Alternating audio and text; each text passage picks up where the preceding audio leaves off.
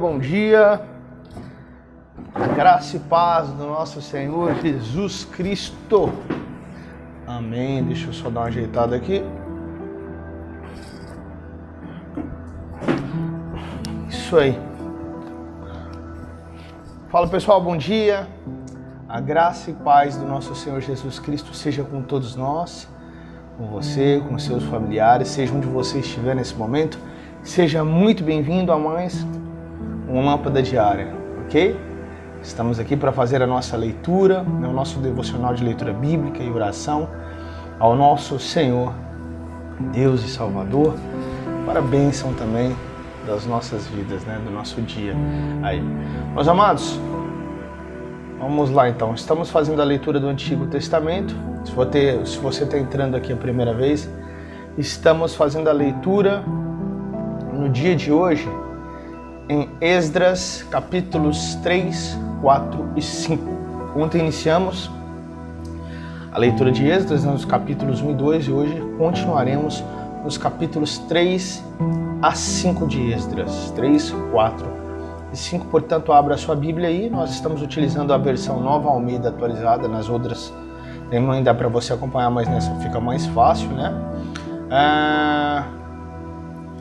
Se você não nos segue ainda, nosso canal no YouTube, por gentileza, vai lá, nos dê essa moral.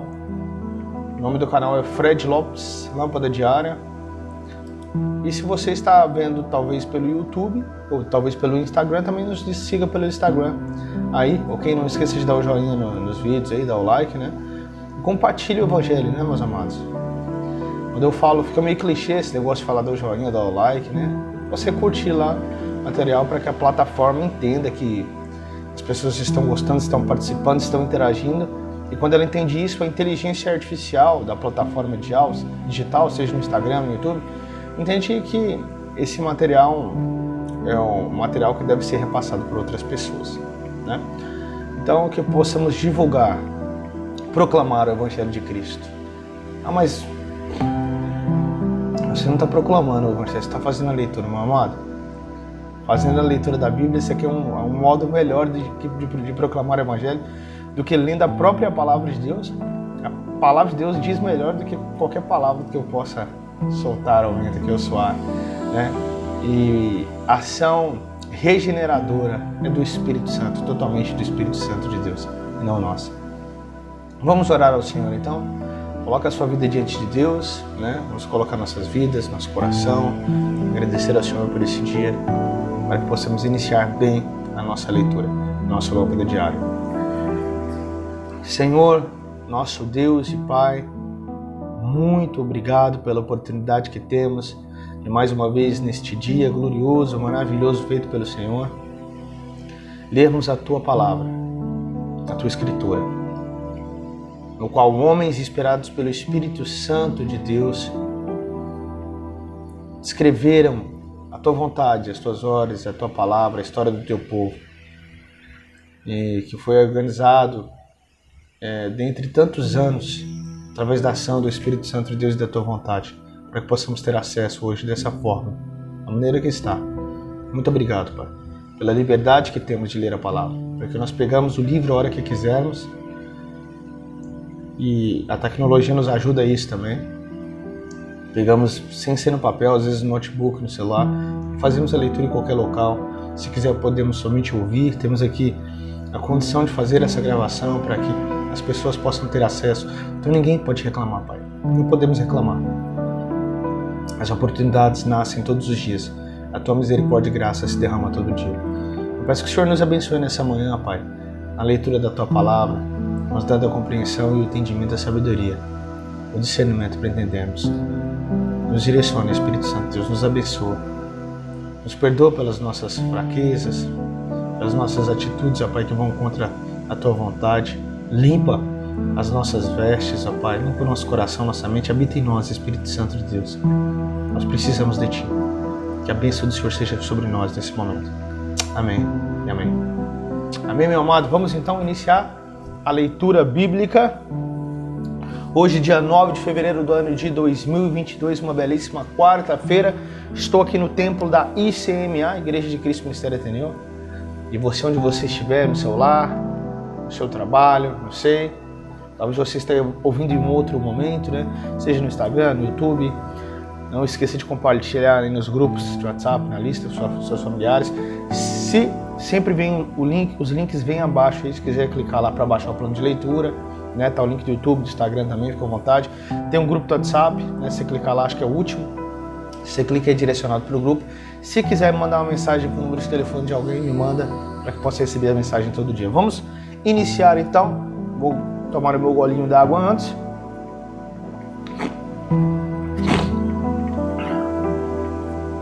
Perdão pela barulheira da água. Vamos lá então. Esdras capítulo 3, no verso 1. E vamos que vamos.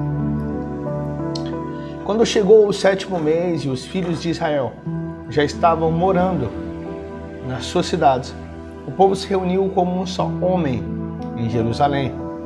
Então levantou-se Jesua, filho de Josadaque, e seus irmãos sacerdotes, e Zorobabel, filho de Sealtiel, e seus irmãos, edificaram um altar do Deus de Israel, para oferecerem holocaustos sobre ele, como está escrito na lei de Moisés, homem de Deus. Firmaram o altar sobre as suas bases, e apesar de estarem sob o terror dos povos de outras terras, ofereceram sobre ele holocaustos ao Senhor de manhã e de tarde, mesmo em meio a aflições, em meio aos ataques de outros povos, eles não pararam. Hein? Importante esse versículo. Estamos passando por algo parecido. Não pare de servir ao Senhor. Não pare de louvar ao Senhor. Não pare de adorar ao Senhor. Não pare não pare de ser da família do Senhor. Porque quando paramos, eles não pararam. No meio do terror da guerra, no meio da ameaça de morte. Vamos ler novamente o verso 3, do capítulo 3 aqui de Esdras. Firmaram o altar sobre as suas bases e, apesar de estarem sob o terror dos povos de outras terras, ofereceram mesmo assim sobre ele holocaustos ao Senhor, de manhã e de tarde. Só um pouquinho, gente. Verso 4. Celebraram a festa dos tabernáculos, olha isso, no meio ao terror. Como está escrito, e ofereceram holocaustos diários, segundo o número ordenado para cada dia. O culto não para. Depois disso, ofereceram um holocausto contínuo e os sacrifícios das festas da lua nova e de todas as festas fixas do Senhor, bem como os sacrifícios dos que traziam ofertas voluntárias ao Senhor. Desde o primeiro dia do 7º mês começaram a oferecer holocaustos ao Senhor, embora ainda não tivessem sido postos os fundamentos do templo do Senhor.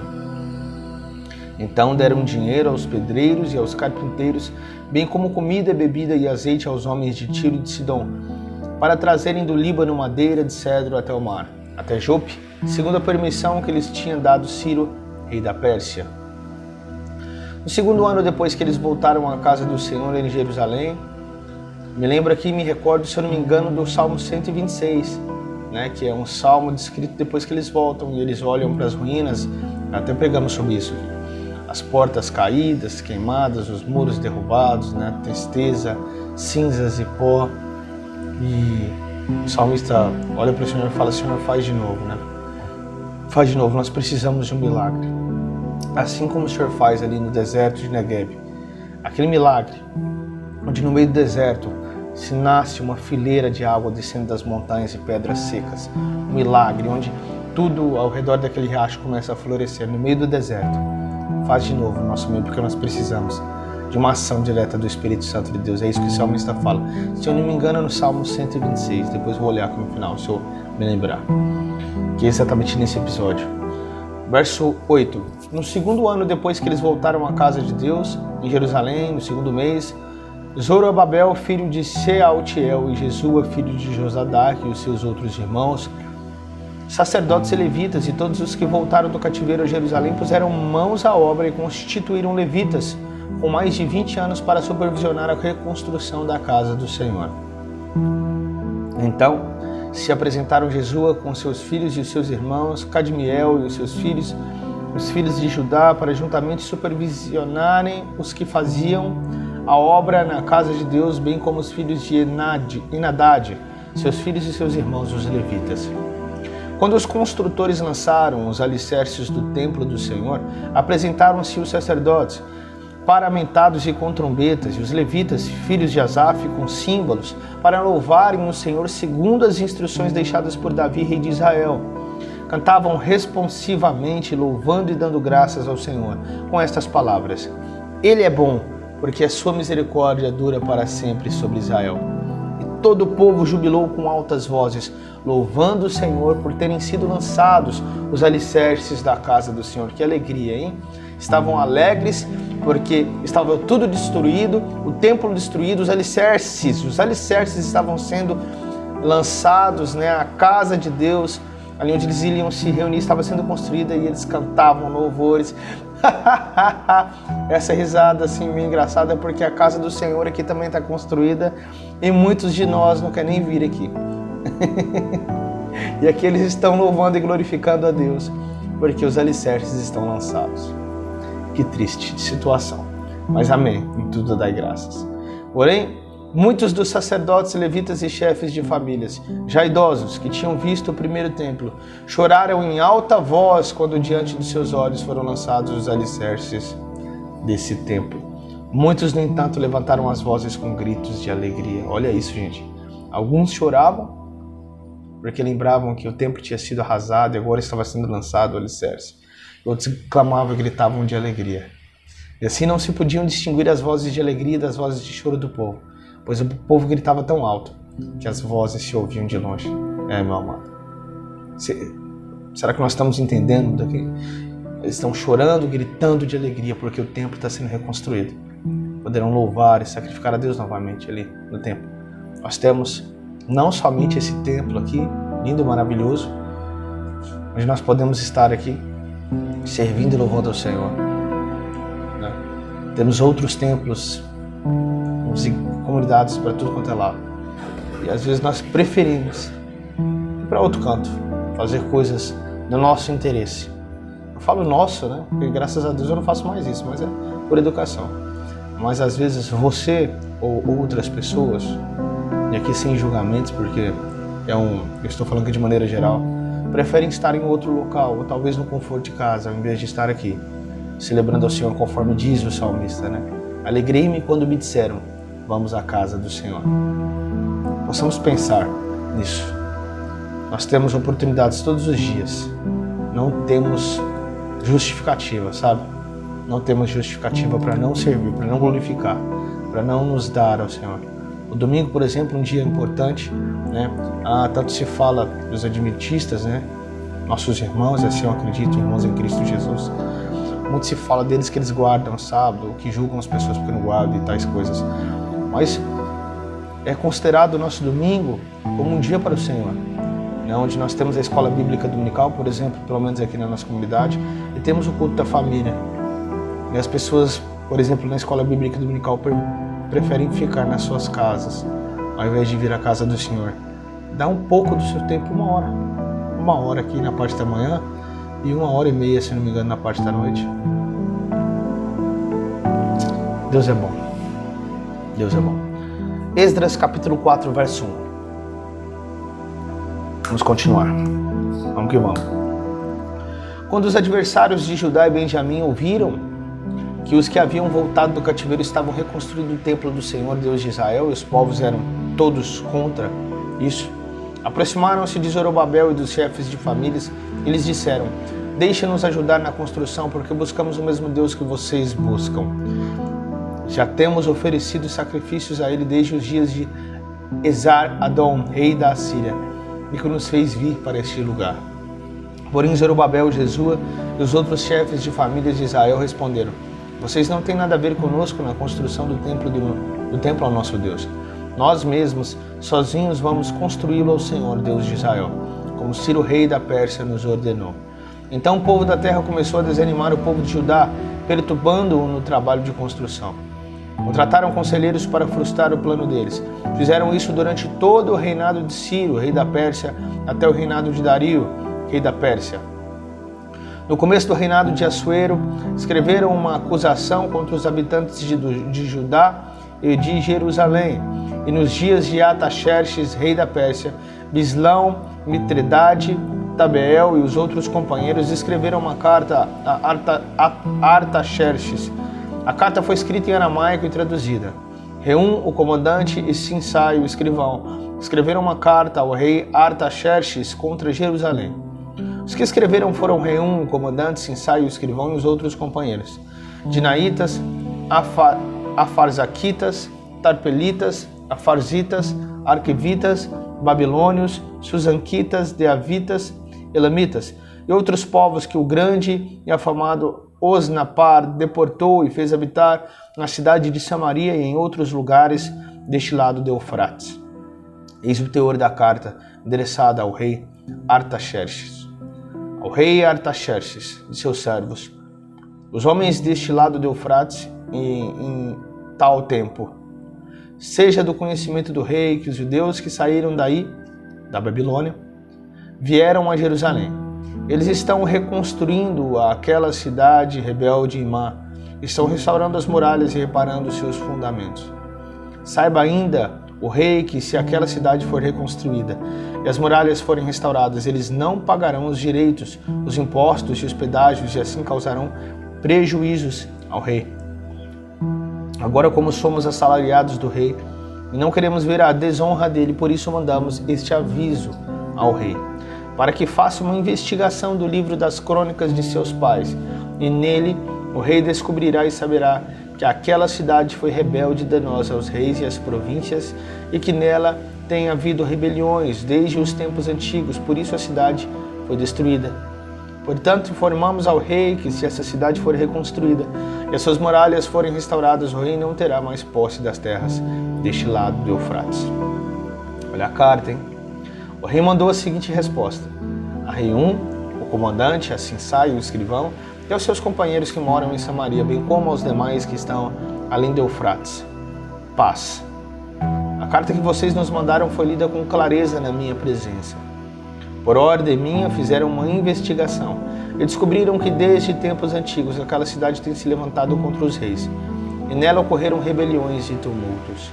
Também houve reis poderosos sobre Jerusalém, que dominaram toda a região além do Eufrates, aos quais foram pagos direitos, impostos e pedágios. Agora deem uma ordem para que aqueles homens parem o trabalho e aquela cidade não seja reconstruída, a não ser com autorização minha. Tenham cuidado e não sejam negligentes nestas coisas, porque aumentaria o dano e prejuízo dos reis. Depois que a cópia da carta do rei Artaxerxes foi lida diante de Reum, Sinsai, o escrivão, de seus companheiros, eles foram depressa a Jerusalém, aos judeus, e de mão armada os forçaram a parar a obra. Assim, a obra da casa de Deus em Jerusalém foi interrompida, e isso até o 2º ano do reinado de Dario, rei da Pérsia. Olha só, né?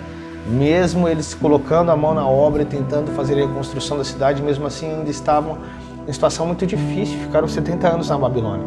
Então não tinha um exército, uma cidade organizada, um povo organizado ainda. Então facilmente os povos vieram e pararam a obra, infelizmente. Vamos passar para o próximo, último capítulo de hoje. Esdras capítulo 5, no verso 1. E vamos que vamos. O profeta Ageu e o profeta Zacarias, filho de Ido, profetizaram aos judeus que estavam em Judá e em Jerusalém em nome do Deus de Israel que estava sobre eles. Então Zorobabel, filho de Sealtiel, e Jesua, filho de Josadac, começaram a reconstruir a casa de Deus em Jerusalém. Os referidos profetas de Deus estavam com eles e os ajudavam. Neste tempo, Tetanai, governador da região deste lado do Eufrates, e Setar-Bozenai e os seus companheiros vieram até eles e assim lhes perguntaram: quem deu ordem para vocês reconstruírem este templo e restaurarem esta muralha? Perguntaram mais: e quais são os nomes dos homens que estão construindo este edifício? Porém, os olhos de Deus estavam sobre os anciãos dos judeus de maneira que não foram obrigados a parar, até que o assunto chegasse a Dario e viesse resposta por carta sobre isso. Eis a cópia da carta que Tatenai, o governador da região deste lado do Eufrates, com Setar-Bozenai e os seus companheiros, os Afarzaquitas, estavam deste lado do rio, enviaram ao rei Dario. na qual lhe deram um relatório dos seguintes termos: ao rei Dario, toda a paz. Saiba o rei que nós fomos à província de Judá, ao templo do grande Deus, que está sendo construído com grandes pedras. A madeira está sendo colocada nas paredes e a obra está sendo feita com diligência e avançando nas mãos deles. Perguntamos aos anciãos e assim lhes dissemos: quem deu ordem para vocês reconstruírem esse templo e restaurarem esta muralha? Além disto, perguntamos também pelos nomes deles para informar ao Senhor, para que pudéssemos enviar por escrito ao rei dos nomes dos homens que são os chefes deles. Esta foi a resposta que nos deram: nós somos servos do Deus dos céus e da terra e estamos reconstruindo o templo que há muitos anos tinha sido construído, o qual um grande rei de Israel construiu e terminou. Mas depois que os nossos pais provocaram o Deus dos céus a ira, ele os entregou nas mãos de Nabucodonosor, rei da Babilônia, o caldeu, o qual destruiu este templo e transportou o povo para a Babilônia. Porém Ciro, rei da Babilônia, da Pérsia, que tinha entrado e conquistado a Babilônia, no primeiro ano do seu reinado, deu ordem para que esta casa de Deus fosse reconstruída. Também os utensílios de ouro e de prata da casa de Deus que Nabucodonosor tinha levado do templo de Jerusalém e colocado no templo da Babilônia, o rei Ciro os tirou de lá e foram dados a um homem cujo nome era Sesbazar, a quem tinha nomeado governador. E a quem disse: pegue esses utensílios, vá e leve-os ao templo de Jerusalém, e a casa de Deus seja reconstruída no seu antigo lugar. Então veio o dito Sesbazar e lançou os fundamentos da casa de Deus em Jerusalém. E daí para cá o templo tem estado em construção, mas ainda não está acabado. Agora, se parecer bem ao rei, que se busque nos arquivos reais da Babilônia, se é verdade que há uma ordem do rei Ciro para reconstruir essa casa de Deus em Jerusalém, e que o rei nos faça saber a sua vontade quanto a isso. Amém, meus amados? Então, o governante ali daquele lado é Eufrates, é o lado ali de Judá, de Jerusalém. Foram suspeitos, visto que o povo de Deus estava reconstruindo o templo, tinha se passado já alguns anos, perguntar quem tinha dado ordens para a reconstrução da cidade. Eles são bem claros: nós somos servos do Deus vivo, e quem deu a ordem foi o rei Ciro, aquele que tomou de volta a Babilônia e também se tornou o rei da Babilônia. E ele deu a ordem para que reconstruíssemos essa cidade. Isso está descrito numa carta que foi enviada ao rei nesse momento, a Dario, que era o rei naquele momento. E continuaremos a história e saberemos provavelmente amanhã, se Deus nos permitir. Amém? Finalizamos a nossa leitura do Lâmpada Diária de hoje. Vamos orar ao Senhor. Senhor Jesus, muito obrigado, Pai, pela Tua palavra que é santa, perfeita e agradável a nós. Obrigado pela oportunidade que temos, ó Pai, de fazer a Tua leitura nessa manhã. Eu te agradeço pela minha vida e pela vida dos meus irmãos, ó Pai. Eu peço ao Senhor, em nome de Jesus, que abençoe o seu lar, que abençoe os seus familiares, os seus filhos, seu marido, sua esposa, o seu trabalho, que eles dê a capacidade, ó Pai amado, de trabalhar bem, de fazer o melhor no seu serviço, honrarem o seu patrão e suas famílias e honrar o nome de Deus. Em nome de Jesus, ó Pai, te agradecemos e pedimos que abençoe, ó Pai, eles dê o pão de cada dia, que os livre de toda a tentação e das investidas de Satanás e dos seus demônios caídos, seus anjos caídos, que são os demônios, tentando fazer investidas como um leão que ruge ao redor do teu povo, tentando os tragar, tentando os destruir, tentando nos fazer cair o tempo todo. Pai amado, que possamos estar firme na rocha que é a rocha que está firmando os nossos pés, que é o Senhor Jesus Cristo, o Teu Santo Evangelho.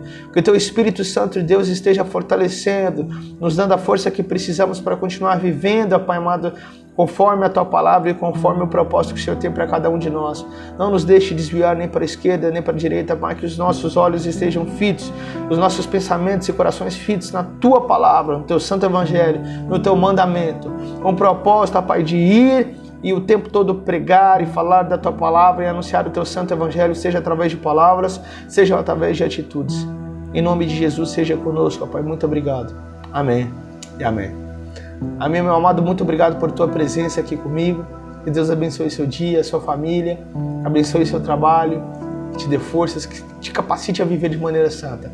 Não esqueça, por favor, de trabalhar, de compartilhar, de curtir e compartilhar principalmente esse trabalho do Evangelho, de anunciar o reino de Deus ok? Seja utilizado como instrumento nas mãos de Deus, não perca essa oportunidade. Compartilhe no Instagram, compartilhe no WhatsApp, compartilhe tudo quanto é canto a palavra de Deus, porque o mal tem compartilhado o mal, mas nós pagaremos com o bem, anunciando a graça e a paz, a misericórdia e o perdão do nosso Senhor Jesus Cristo, porque é chegado o reino dos céus. Que Deus te abençoe e, se Deus quiser, até uma próxima oportunidade. Tchau, tchau!